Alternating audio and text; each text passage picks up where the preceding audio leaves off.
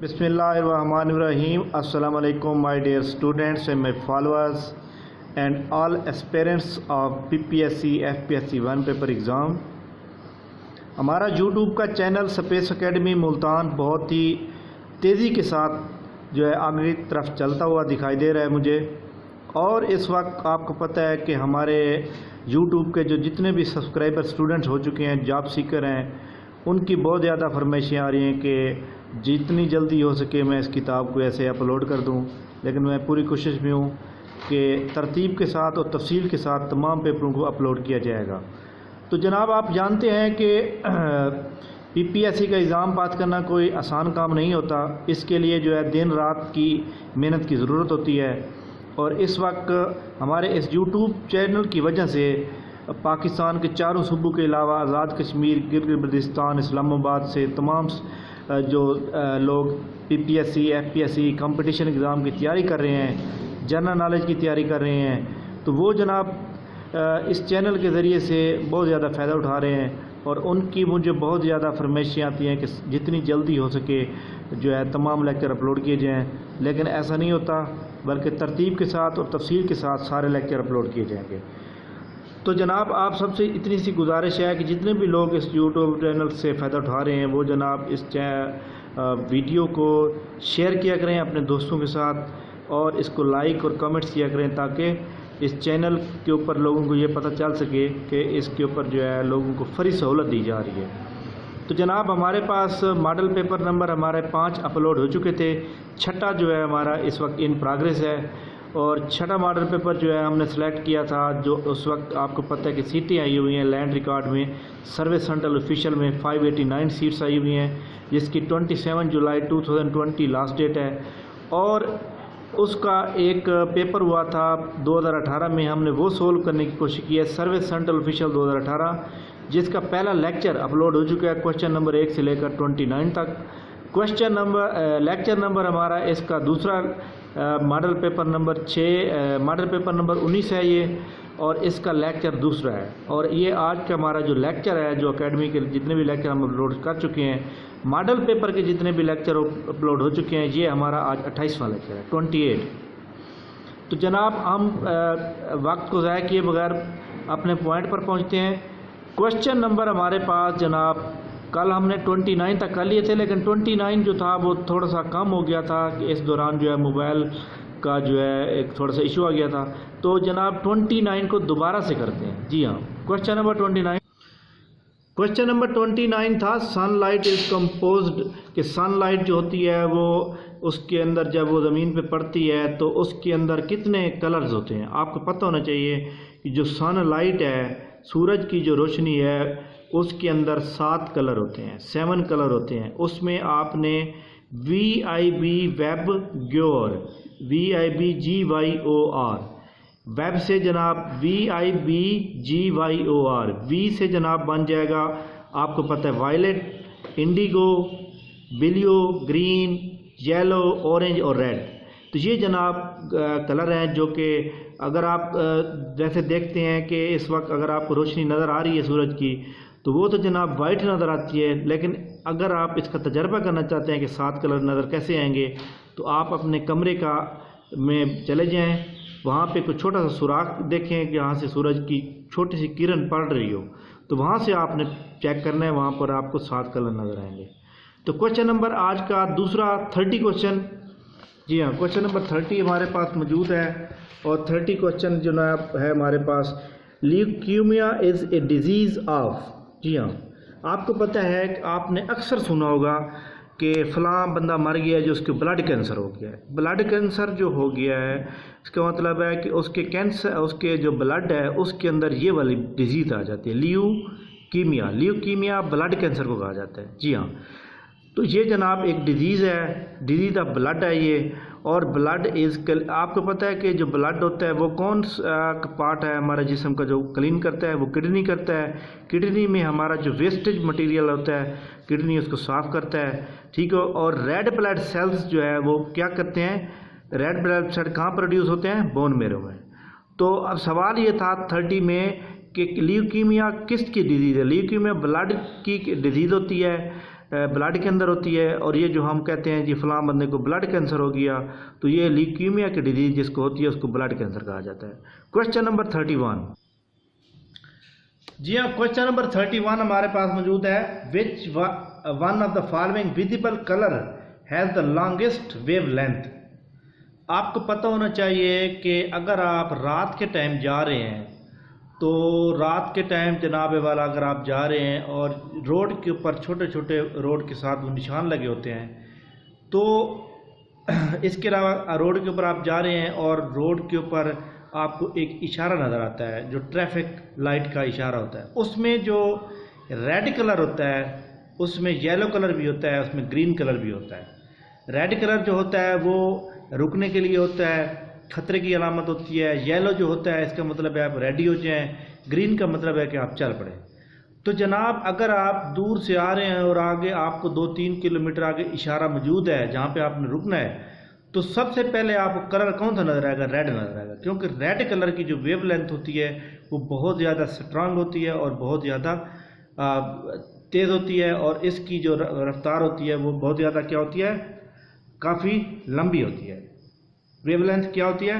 काफ़ी ज़्यादा लंबी होती है। तो जनाब इसके बाद जो है क्वेश्चन नंबर 32 है हमारा। लाइट ट्रेवल इन वैक्यूम और स्पीड ऑफ। वो कहता है कि लाइट जो ट्रेवल करती है वैक्यूम के अंदर, उसकी स्पीड जो है कितनी होती है? आपको ये पता होना चाहिए कि 1,86,000 समथिंग है इसकी जो रफ्तार है, जो लाइट ट्रैवल करती है वैक्यूम के अंदर 1,86,000। और एक और बात वैक्यूम के बारे में आपको बता दूं कि एक सवाल पीपीएससी में ये भी आता है कि sound can not travel through. तो साउंड वैक्यूम के अंदर ट्रैवल नहीं करता, साउंड जो है हवा में ट्रैवल करता है। आपको पता है कि वैक्यूम के अंदर ट्रैवल साउंड नहीं करता, लेकिन वैक्यूम के अंदर रोशनी जो है उसकी जो रफ्तार होती है वो 1,86,000 कुछ होती है, 1,86,200 कुछ होती है। आपने 1,86,000 से याद रखना है। क्वेश्चन नंबर 33 पे चलते हैं। Night blindness is caused by the lack of which vitamin. जी हाँ, ये आपको पता है विटामिन के बारे में मैंने आपको बताया था कि आपने विटामिन को मैंने जो लेक्चर दिया हुआ है आपको, आपने वो सुनना है। हमारे जो विटामिन, कौन से विटामिन ऐसे हैं हमारे जो कि वाटर सोल्यूबल हैं, कौन से हैं फैट सोल्यूबल हैं, कौन से बॉडी के अंदर स्टोर होते हैं, कौन से स्टोर नहीं होते, कौन से विटामिन से कौन सी बीमारी पैदा होती है। तो दोबारा मैं थोड़ा सा दोहरा देता हूँ कि जो विटामिन हैं उनसे बीमारी कौन सी पैदा होती है। बाकी आपने वो विटामिन का लेक्चर देख लेना है जो अपलोड किया गया है। तो इसका कोड मैंने बताया था कि जितने भी हमारे विटामिन हैं ABCDEK, तो इसमें मैंने आपको एक कोड बताया था कि नो बीबी सर रिकी से, ठीक है। तो ये मैं दोबारा भी बता देता हूँ यहाँ पर रिटर्न राइट करके। जी हाँ, ये वाला देखें जी, आपने कोड याद रखना है। ये हमारे विटामिन हैं जो हमें पढ़ाए जाते हैं या बार बार पेपर में आते हैं, जो हमारी बॉडी में मौजूद होते हैं, ABCDEK। आपने इसका कोड याद रखना है, नो बीबी सर रिकी से। नो से जी कौन सी बीमारी होती है? विटामिन ए की कमी हो तो नो, नाइट ब्लाइंडनेस यानी रात को आपको नज़र नहीं आता। बीपी बेरी बेरी, जो आपके पास जो है वो प्रॉब्लम हो जाती है, बेरी बेरी की आपको बीमारी हो जाती है। सी से सर बन जाएगा, सर से शक्कर भी हो जाएगी, ठीक हो गया। रिक्की से रिकेट्स बोन्स, हड्डियाँ जो है आपको पता है कि इसमें रिकेट्स बीमारी, हड्डियों की जो है टेढ़ियाँ वगैरह हो जाती हैं। ई विटामिन ई की कमी होती है, स्टेरिलिटी यानी कि नो जनरेशन, औलाद का ना होना। ब्लड क्लॉटिंग, बी से के से है ब्लड क्लॉटिंग नहीं होती अगर विटामिन के की कमी है, यानी आपका खून जो है वो पतला होता है और आपका कुछ जख्म वगैरह हो जाए तो खून नहीं रुकता। तो ये जनाब 33 क्वेश्चन था। क्वेश्चन नंबर 34 पे चलते हैं। 3 का जो जवाब होगा वो नाइट ब्लाइंडनेस क्या आ जाएगा? विटामिन ए आ जाएगा। और विटामिन बी में क्या आ जाएगा? बेरी बेरी आ जाएगा। विटामिन डी में ब्लड क्लॉटिंग आ जाएगा और विटामिन ई में स्टेरिलिटी आ जाएगा। Question number 34, river Amazon is an important river of. जी हाँ, रिवर अमेजोन जो है साउथ अमेरिका का रिवर है जो कि ब्राज़ील और पेरू और कोलंबिया, पूरी दुनिया के अंदर सबसे लार्जेस्ट रिवर जो है कौन सा रिवर है? अमेज़न है। सबसे लार्जेस्ट यानी कि जिसके अंदर पानी स्टोर सबसे ज़्यादा होता है, यानी उसका जो पेट है वो बड़ा है, वो सबसे लार्जेस्ट रिवर है और वो है अमेज़न। अमेज़न रिवर जो है साउथ अमेरिका में पाया जाता है। उसके अंदर 3 कंट्रीज़ में आता है साउथ अमेरिका कॉन्टिनेंट। तो 3 कंट्री कौन सी हैं उसका आपने कोड याद रखना है, PCB, Pakistan cricket board, P से जनाब पेरू, सी से कोलंबिया और बी से ब्राज़ील। ये इन ममालिक में पाया जाता है। और अमेज़न रिवर जो है जनाब इसकी लेंथ है 6575 किलोमीटर। इसका जो सोर्स है यानी जहाँ से पानी निकलता है उसको कहा जाता है मेंटेरो रिवर, MANTR, मेंटेरो रिवर। और ये लार्जेस्ट इन द वर्ल्ड, दुनिया में सबसे बड़ा। इसके बाद आता है लॉन्गेस्ट रिवर, दुनिया का सबसे लंबा दरिया है दरिया नील, रिवर नाइल जिसे कहा जाता है। ये जनाब 6650 किलोमीटर लंबा है। और इसके जो सोर्स हैं जहाँ से ये पानी मिलता है, तो एक है जनाब ब्लू नाइल और दूसरा वाइट नाइल। वाइट नाइल और ब्लू नाइल जो है वहाँ से ये पानी बनता है और ये दरिया नील में आता है। और दरिया नील दुनिया का सबसे लंबा दरिया है। और दरिया नील के अंदर जो है 2 मुल्कों में पाया जाता है, मिस्र में और सूडान में, यानी इजिप्ट एंड सूडान। तो दुनिया का सबसे लंबा दरिया नील हो गया। दुनिया का सबसे बड़ा दरिया अमेज़न हो गया। ठीक हो गया। क्वेश्चन नंबर 35 पे चलते हैं। टावर ऑफ पिसा इज सिचुएटेड। जी हाँ, टावर ऑफ पिसा के मुतल्लिक जो टावर वगैरह बनाए जाते हैं, किसी कोई शॉपिंग सेंटर का होता है, कोई अलामात बनाई जाती है, कोई मुख्तलिफ चीज़ों के लिए बनाया जाता है। तो जनाब जो सवाल पब्लिक सर्विस कमीशन के अंदर टावर के मुतल्लिक आते हैं वो मैं जनाब आपको लिख के देता हूँ ताकि नेक्स्ट टाइम आपको कोई इशू ना हो। जी हाँ, जो पब्लिक सर्विस कमीशन के इम्तिहान में अक्सर सवाल टावर के बारे में आ जाते हैं। फर्स्ट ऑफ ऑल जनाब आपके सामने नंबर 1 पे मौजूद है जी। First of all leaning tower of Pisa जिसकी हाइट 57 किलोमीटर है, 57 मीटर है, इसको ये जनाब इटली में मौजूद है। सेकंड नंबर पे दी एफल टावर फ्रांस में है, 1063 फुट इसकी जनाब हाइट है और ओपन किया गया था आवाम के लिए 1989 में। थर्ड नंबर पे tallest tower in South Asia, जनूबी एशिया में सबसे लंबा टावर है श्रीलंका में, उसका नाम है लोटस टावर। 350 मीटर इसकी हाइट बनती है। और जनाब ये टावर जो बनाया गया श्रीलंका में, इसको फंडिंग की थी चाइना में। 4 नंबर पे ऐकन टावर पाकिस्तान की सबसे लंबा टावर जो पाकिस्तान का है वो जनाब ऐकन टावर कराची में है। 5 नंबर पर world tallest timber tower Mjos tower Norway में है। इसके बाद पेट्रोनस टावर कोलालमपुर, आपको पता है पेट्रोनस टावर जो है मलेशिया के दारुल हुकूमत कोलालमपुर में है। इसके बाद मैदान टावर जो है अज़रबैजान में है। और एक और आखिरी आप जनाब लिख लें, पाकिस्तान पेशावर में एक है कलाक टावर।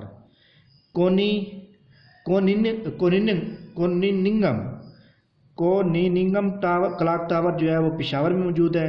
तो ये जनाब टावर के मुतल्लिक अहम सवाल थे जो मैंने बता दिए। क्वेश्चन नंबर 36 पे चलते हैं। जी हाँ, 36 में है, वो कहता है Chauburji is in Lahore was bird. ये बड़ा अहम सवाल है। चौबुर्जी जो है इसके मुतल्लिक 2 हकीकतें हैं, लेकिन हमने 2 हकीकतों को जानने के बाद एक हकीकत पे यकीन रखना है। चौबुर्जी जो है आपको पता है कि इसका जो एड्रेस है वो जनाब block B new Chauburji park 1640 में इसको बनाया जाता है। सब पहली बात तो इसके अंदर ये आती है कि जनाब ज़ेबो निसा जो कि औरंगज़ेब की बेटी थी, उसकी उम्र 8 साल थी कि उन्होंने बनवाया था। दूसरी एक और बात ये आती है कि जी इसकी शाहजहाँ की जो बेटी है और औरंगज़ेब की बहन थी जिसका नाम था जहारा, वो जनाब बड़ी शाहकार थी, उनको बहुत शौक़ था बिल्डिंगें बनाने का, नई नई चीज़ें बनाने का। तो उन्होंने ये बनवाया था। ये बाग बहुत बड़ा था और इसके अंदर जो है दरिया रावी के साथ ये था। तो इसके एक्चुअली ये चौबुर्जी इसलिए कहा जाता है, इसको 4 मीनार की वजह से चौबुर्जी कहा जाता है। 4 मीनार की वजह से चौबुर्जी कहा जाता है। तो उस वक्त जो है 1646 में जब इसकी कंस्ट्रक्शन शुरू हुई, और ये जो बाग था बहुत ज़्यादा मतलब है कि खूबसूरत था, लेकिन दरिया रावी के साथ होने की वजह से, उसके कटाव की वजह से ये जनाब ख़त्म होता गया, और अब सिर्फ ये चौबुर्जी उसकी बिल्डिंग मौजूद है जिसके 4 मीनार हैं, और ये अभी भी मौजूद है लाहौर में। तो इसका जो आपने जवाब बनाना है कि ये चौबुर्जी जो है, तो आपने इसका जवाब क्या बनेगा? इसका जनाब बनेगा कि इसको शाहजहां ने बनवाया था। किसने बनवाया था? शाहजहां ने। शाहजहां ने बनवाया था, लेकिन उसकी जो बेटी थी, औरंगज़ेब की बहन थी जहांआरा, उन्होंने मिलकर, या उनकी निस्बत से बनाया गया था। Question number 37, Clifton is a famous beach of Pakistan which is located near. Clifton beach जो है, ये एक्चुअली इसको सी व्यू भी कहते हैं, यानी समंदर का व्यू। ये एक नेचुरल बनी हुई है, आर्टिफिशियल नहीं है, नेचुरल है। अरेबियन सी के ऊपर है। It is very popular in Pakistan. Pakistan में पॉपुलर है। और ये जो है जनाब, it stretch from Karachi to Ormara बीच बलोचिस्तान में है। ये कराची से शुरू होती है और बलोचिस्तान और मारा तक जाती है। बहुत ही लंबी है इसकी, मतलब है बहुत ज़्यादा पॉपुलर है। यहाँ पे जो विजिटर आते हैं, जहाँ पर जो सैर करने वाले लोग होते हैं, उनके लिए ये एक बहुत अच्छी जगह है। क्वेश्चन नंबर 38 पे चलते हैं जनाब। Which of the following country is below the sea level. Below the sea level का मतलब पहले तो आपको पता होना चाहिए कि बिलो द सी लेवल का मतलब है कि एक समंदर जो मौजूद है, पूरी दुनिया में समंदर मौजूद हैं, कि अगर समंदर का पानी बाहर आ जाए तो सबसे पहले कौन सा मुल्क डूबेगा? तो जो सबसे नीचे होगा, सबसे जिसकी ऊंचाई या जो उसके सबसे नीचे आएगा, तो वो दुनिया में सबसे नीचे वाला मुल्क है, वो जनाब नीदरलैंड है। दुनिया में सबसे ज़्यादा कम तरीन जो नीचे आता है, इसमें समंदर के लेवल के नीचे आता है, वो जनाब कौन सा है? नीदरलैंड है। जी हाँ, नीदरलैंड जो है ये जनाब पूरी दुनिया में मशहूर है कि सबसे बिलो सी लेवल है। और ये जनाब इसका जो सबसे बिलो पॉइंट है वो 22 फुट है, यानी वो एक ऐसी जगह है जहाँ से उसको मेजरमेंट की ये है 22 फुट जो है, ये बिलो द सी लेवल है, नीदरलैंड। क्वेश्चन नंबर 39 पे चलते हैं। Abraham Lincoln was the 16th president of USA. जी हाँ, आपको पता है कि मैंने आपको यूएसए के जो प्रेसिडेंट हैं, जो मशहूर पेपर में आते हैं, वो मैंने बताया थे, लेकिन मैं रिवाइज करता हूँ। यूएसए का जो पहला प्रेसिडेंट होता है उसका, वो भी जनाब आर्मी कमांडर होता है पाकिस्तान की तरह। फर्स्ट प्रेसिडेंट जो है उनका क्या है? उनका नाम है जॉर्ज वाशिंगटन। और यूएसए का जो फर्स्ट वाइस प्रेसिडेंट है उसका नाम है जॉन एडम। सेकंड जो प्रेसिडेंट होता है उसका नाम होता है जॉन एडम, यानी जॉन एडम वाइस प्रेसिडेंट पहला होता है और सेकंड प्रेसिडेंट होता है। इसके बाद आपने याद रखना है, थर्ड प्रेसिडेंट जो होता है उसका नाम थॉमस जेफरसन होता है। फोर्थ जेम्स मैडिसन होता है। इसके बाद आपने 16वां नंबर याद रखना है। 16 नंबर जनाब इब्राहिम लिंकन का है, जो कि 1861 से लेकर 1864 तक होता है। इब्राहिम लिंकन का सवाल पेपर में इसलिए आ जाता है क्योंकि आपको पता है कि यूएसए के अंदर 2 पार्टियां, रिपब्लिक और डेमोक्रेटिक। तो इब्राहिम लिंकन जो है पहला रिपब्लिक पार्टी की तरफ से पहला सदर होता है। 16वें नंबर पर रिपब्लिक पार्टी का पहला सदर होता है। पेपर में अक्सर ये याद आता है, who was the first president of Republic party, तो वो इब्राहिम लिंकन है। इसके बाद जनाब 26 थियोडोर रूजवेल्ट। थियोडोर रूजवेल्ट ये भी रिपब्लिक पार्टी की तरफ से होता है। ये जनाब 26 नंबर प्रेसिडेंट होता है। जब 1914 में पहली वर्ल्ड वार होती है तो ये प्रेसिडेंट यूएसए का यही होता है, थियोडोर रूजवेल्ट। इसके बाद आपने 35 से आगे तक आप जो डोनाल्ड ट्रंप तक आपने याद रखने हैं। 35 में JF कैनेडी, 36 में लैंडन बी जॉनसन, 37 में रिचर्ड निक्सन। रिचर्ड निक्सन कौन थे? आपको पता है कि रिचर्ड निक्सन वह आदमी था जिसने ऑफिस से रिज़ाइन किया था। उनको जो वाटरगेट स्कैंडल में फंस गए थे, जिसमें साबित होने के बाद उन्होंने 1974 में रिज़ाइन कर दिया था। 38 नंबर पे गिराल्ड फोर्ड आते हैं। 39 पे जिमी कार्टर आते हैं। 40 नंबर पे रोनाल्ड रीगन। रोनाल्ड रीगन जनाब हॉलीवुड अदाकार भी रह चुके हैं, रिपब्लिक पार्टी के ताल्लुक है इनका। और पेपर में अक्सर आता है कि वो which US president which was actor, तो रोनाल्ड रेगन जिनका 40 नंबर पर 40वें सदर होते हैं। 41 पे जॉर्ज H.W. बुश होते हैं। 42 पे बिल क्लिंटन होते हैं। 43 पे जॉर्ज W. बुश होते हैं। George W. बुश 43 पे होते हैं, उनके बाद 41 पे होते हैं जॉर्ज H.W. बुश। 44 पे बराक ओबामा होते हैं जिनका ताल्लुक डेमोक्रेटिक पार्टी के साथ होता है। 45 पर जनाब डोनाल्ड ट्रंप है जिनका रिपब्लिक पार्टी से ताल्लुक है। और आपको पता होना चाहिए कि डोनाल्ड ट्रंप साहब जो हैं ये जो USA के जो सदर होते हैं उनका जो टर्म ऑफ सर्विस होती है, टर्म ऑफ प्रेसिडेंट जो होती है वो 8 ईयर के लिए होती है। क्वेश्चन नंबर नेक्स्ट पे चलते हैं जनाब। हमारे पास क्वेश्चन नंबर नेक्स्ट है जी 40। Saddam Hussein was the president of. जी हाँ, सदाम हुसैन जो है आपको पता है इराक का मशहूर प्रेसिडेंट था। सदाम हुसैन का जो है अमेरिका के साथ जो है आपको पता है अमेरिका जिसको चाहता है, जो चाहता है, जैसे चाहता है हुकूमत करवाता है। तो जो मुल्क नहीं मानता फिर उनको लटकवा देता है किसी तरह से। तो सदाम हुसैन जो है जनाब आपको पता है कि इनके ऊपर वो इल्ज़ाम लगाया गया कि इन्होंने वो जो अमेरिका के ऊपर हमले कराए गए हैं तो सदाम हुसैन उसमें इन्वॉल्व है। तो इसलिए उन्होंने जो है अमेरिका ने इनके मुल्क की तलाशी के दौरान जो है इनके मुल्क पे कब्ज़ा किया और सदाम हुसैन को उन्होंने पकड़ा और सदाम हुसैन को 30 दिसंबर 2006 को फांसी दी जाती है। सदाम हुसैन जो इराक के प्रेसिडेंट थे उनको 30 दिसंबर 2006 को फांसी दी जाती है। क्वेश्चन नंबर 41 पे चलते हैं। Ethnically Sher Shah Suri was. शेर शाह सूरी जो है पश्तून था। शेर शाह सूरी जिन्होंने सूरी डायनेस्टी का फाउंडर भी है, सूरी डायनेस्टी के फाउंडर हैं। शेर शाह सूरी 1472 को इंडिया का एक जगह है ससराम जिसको शेर शाह सूरी ने जनाब कैपिटल भी बनाया हुआ था।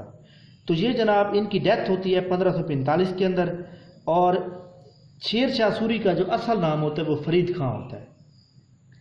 शेर शाह सूरी ने करेंसी रुपीज़ को इंट्रोड्यूस करवाया था इंडिया के अंदर और इन्होंने जनाब वाला 1540 के अंदर इन्होंने इक़्तिदार पे कब्ज़ा किया मुग़ल से लेकर, लेकिन इन्होंने कंट्रोल 1538 में हासिल करते हैं।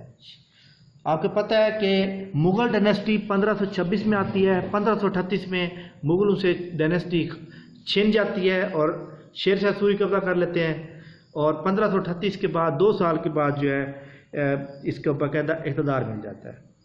फिर 1556 में दोबारा हुमायूं मुग़ल एम्पायर की जानिब से दोबारा फिर कब्ज़ा कर लेते हैं। तो शेर शाह सूरी के बारे में जो सवाल आते रहते हैं कि वो पश्तून थे और उसका असल नाम फरीद खां था और फाउंडर हैं सूरी डायनेस्टी के। इसके अलावा आपको पता है कि शेर शाह सूरी जो है उन्होंने करेंसी नोट्स जो है इंडिया के अंदर इंट्रोड्यूस करवाए थे। क्वेश्चन नंबर 42 पे चलते हैं। The famous Notre dam cathedral is located. दिया ये आपको पता है कि नोट्री डैम एक्चुअली ये एक डैम का नाम नहीं है बल्कि ये एक चर्चाघर का गिरजाघर का नाम है। ईसाइयों के का जो सबसे बड़ा गिरजाघर है फ्रांस के अंदर, जी हाँ पेरिस फ्रांस में मौजूद है। ये जनाब 1163 में बनना शुरू हुआ और 1345 तक यानी तकरीबन 2.25 साल तक ये बनता रहा, 180 साल तक बनता रहा। तो ये जनाब इसकी जो हाइट है वो तकरीबन 92 मीटर है और ये पेरिस के अंदर फ्रांस में ईसाइयों का सबसे बड़ा गिरजाघर है। Question number 43। Which of the following was the great centre of education during the Abbasid caliphate. ये बड़ा सवाल है। आपको पता है कि सबसे पहले आपको ये पता होना चाहिए कि जब हज़रत मोहम्मद मुस्तफ़ा सल्लल्लाहु अलैहि वसल्लम दुनिया से तशरीफ़ लेकर चले गए 632 में, उसके बाद कौन सा दौर शुरू हो जाता है? खिलाफत का दौर। और खिलाफत का दौर का जो दौरानिया है वो 30 साल तक रहता है। उसके बाद जनाब आपको पता है कि यजीद आ जाते हैं, बनु उमय्या, वो जनाब उसका जब उनका जब दौर ख़त्म होता है 750 में, उसके बाद आ जाते हैं अब्बासी कैलिफेट। जब खिलाफत अब्बासिया जो है बहुत लंबे अरसे के लिए होती है, 750 से लेकर 1258 तक। जी हाँ, तो ये जनाब 750 से 1258 तक रहते हैं। इनके बारे में आपको ये पता होना चाहिए, इनका जो सबसे बगदाद के अंदर तलीम का सबसे बड़ा मरकज़ था, इनका सेंटर था। और इन्होंने कैपिटल बनाया शुरू में कूफा, ठीक हो गया। और इसके बाद एंड पे जब इनके 1250 कुछ था तो उस वक्त इनका कैरो इजिप्ट में था। इनका जो पहला खलीफा था उसका नाम था अस-सफ़ा, ASSAFFAH, अस-सफ़ा। और इनका लास्ट जो कैलिफ था, आखिरी खलीफा जो था, उनका नाम था अल-मस्तासिम। जी हाँ, आपके सामने ये देखें, खिलाफत अब्बासिया 750 से 1258 तक इसका दौरानिया है। इसका पहला दारुल हुकूमत कोफा में होता है, आखिरी जनाब कैरा में मिस्र में होता है। पहला खलीफा जो उसका नाम है अस-सफ़ा और आखिरी है अल-मुस्तासिम, ठीक हो गया। तो इनका जो एजुकेशन का जो सेंटर बनाया हुआ था वो बगदाद था। क्वेश्चन नंबर 44 पर चलते हैं जनाब। 44 है, the nuclear power plant in Pakistan was established eight. सबसे पहली बात यह है कि पाकिस्तान के अंदर 2 न्यूक्लियर पावर प्लांट ऐसे हैं जिनके ऊपर अक्सर सवाल आ जाता है। एक जनाब है कराची न्यूक्लियर पावर प्लांट और दूसरा है चश्मा।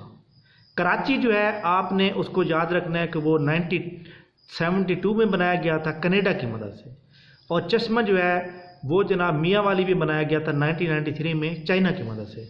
अब आपने इनको याद कैसे रखना है जी? आप देखें जी, कराची न्यूक्लियर पावर प्लांट 1972 में, ये किसकी मदद से बनाया गया था? देखें, कराची का के है तो ये जनाब कनाडा की मदद से बनाया गया था। कराची का के और ये के मिला दें। इसके बाद चश्मे का जनाब CH, और चश्मा जो बनाया गया था वो चीन की मदद से बनाया गया था, यानी चाइना, CH से मिला दें। तो ये इसके 2 ट्रैक हैं जो आपने याद रखने हैं। क्वेश्चन नंबर 45 पे चलते हैं जनाब। 45 क्वेश्चन जो है हमारे पास, the Pontius Pilate is an important person in the history of Christianity. Who are the Pontius Pilate? Person who betrayed Jesus Christ, वो शख्स जिसने जो है मसीह को धोखा दिया। ये गलत है। मसीह को धोखा देने वाले हैं जोदिस एस्क्रेट जो थे, उन्होंने धोखा दिया था। ये तो पहला ऑप्शन गलत है। दूसरा है person who sentence Jesus Christ, वो शख्स जिसने मसीह को सजा सुनाई। ये जवाब दुरुस्त है। रोमन प्रीफेक्ट ऑफ जोदियस, यानी यहूदी कबीले का ये एक सरदार था जो रोमन में इसका गवर्नर, रोमन एक सूबा है वहाँ पे ये गवर्नर था और यहूदी कबीले का सरदार भी था। तो ये बहुत B और C ऑप्शन जो है इसके दुरुस्त है। तो ये जनाब पोंटियस पायलट के बारे में, ये जो ईसाई मज़हब है उसके बारे में ये एक बड़ा अहम सवाल है। तो आपने पोंटियस पायलट क्या है इसको गूगल पर और यूट्यूब पे सर्च करेंगे आप, ताकि आपको भी पता हो कि इन्होंने क्या किया था। लेकिन इन्होंने जो काम किया था, 2 काम किए थे। ये person who sentence Jesus Christ, ये वो शख्स जिसने मसीह को सजा सुनाई, और दूसरा ये यहूदी कबीले का सरदार था और रोमन का गवर्नर भी था। क्वेश्चन नंबर 46 पे चलते हैं। 46 पे है जनाब, who was the first non Muslim test cricketer of Pakistan.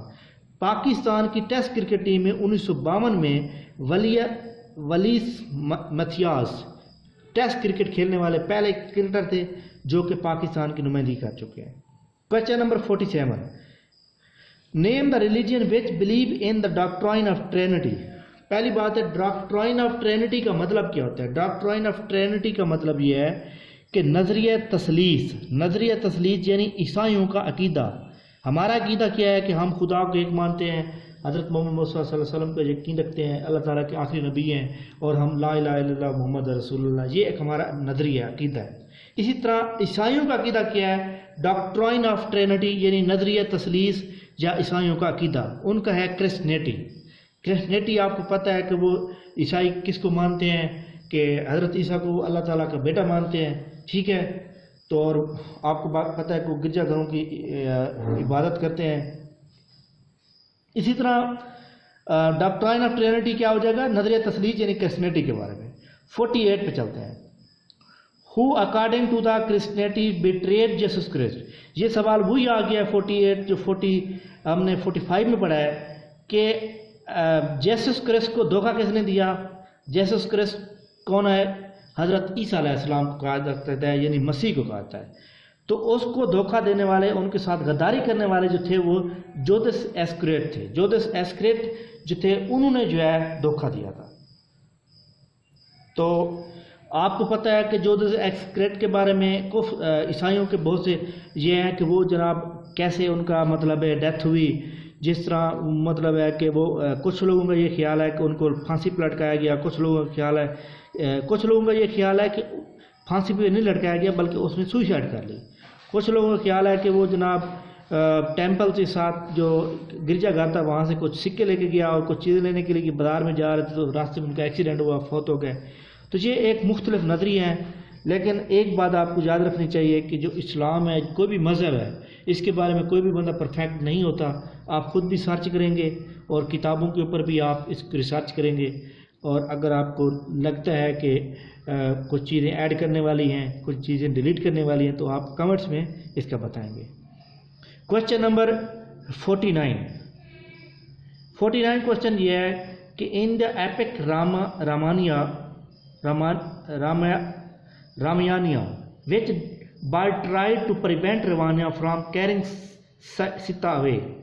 आपको पता होना चाहिए कि हिंदू के मज़हब में जातिया बर्ड जो है, जिस तरह मैं आपको बताऊं कि जो ये हमारे यहाँ जो बाज होते हैं, जिनको हम ये जो ऊपर पहाड़ों वाली साइड पे रहते हैं, ये जो हिंदू मज़हब है, हिंदू मज़हब में जातिया बर्ड जो है इसको एक डिवाइन बर्ड कहा जाता है, यानी पाक मुकद्दस परिंदा कहा जाता है। और इसको अरुणा ARUNA अरुणा का बेटा कहा जाता है, और संपत्ति इसका भाई है। ये एक नज़रिया उनका, उनकी किताबों में है। क्वेश्चन नंबर 50 पे चलते हैं। Buddha was the primarily interested in elimination का मतलब होता है खात्मा करना किसी चीज़ का। बुद्धा का जो पूरा नाम था वो था गौतम बुद्धा जनाब एक स्पिरिचुअल लीडर थे जो कि हिंदू मज़हब में आते हैं, और ये जनाब इन्होंने हिंदू मज़हब को बहुत ज़्यादा आगे मतलब उठाया। 4वीं सदी में इन्होंने आगाज़ किया, और तकरीबन इन्होंने हिंदू मज़हब को जो एक सिस्टम था उसको बहुत ज़्यादा, इसके हिंदुओं में इनका बहुत नाम था। तो अब बात ये आती है कि गौतम बुद्धा में उसने कहा जी वो किस चीज़ में ज़्यादा इंटरेस्टेड थे। वो कहते हैं जी वो जनाब थे एलिमिनेशन ऑफ कास्ट सिस्टम, यानी ज़ात पात का जो निज़ाम था वो उसको ख़त्म करना चाहते थे। यानी कि जिस तरह हम कहते हैं जी काले को गोरे पे फ़ौक़ियत नहीं है, गोरे को काले पे नहीं है, तो इस तरह से वो भी ये चाहते थे कि ज़ात पात का जो सिस्टम है, ज़ात पात का जो निज़ाम है, उसको एलिमिनेट होना चाहिए, हर बंदे को एडजस्ट होना चाहिए। तो ये जनाब हमारे क्वेश्चन 50 क्वेश्चन हमारे कंप्लीट हो चुके हैं। और आपको एक बात बताना चाहता हूँ कि इस्लामियात के बारे में, मज़हब के बारे में कोई भी ऐसा क्वेश्चन आता है जो अगर उसके ऊपर कोई गलती कर लेता हूँ तो आप मेरे साथ सही करवाएंगे। तो क्वेश्चन हमारे 50 जनाब मुकम्मल हो चुके हैं। आज इसका मतलब हमारा आधा मॉडल पेपर कंप्लीट हो चुका है। तो कल इंशाल्लाह ताला हम इसको आगे चलाएँगे, और इंशाल्लाह ताला जो है ना आप इसको आगे बढ़ाएँ और आप इसको कंप्लीट करें। और फिर मैं आपको आखिर में यही कहूँगा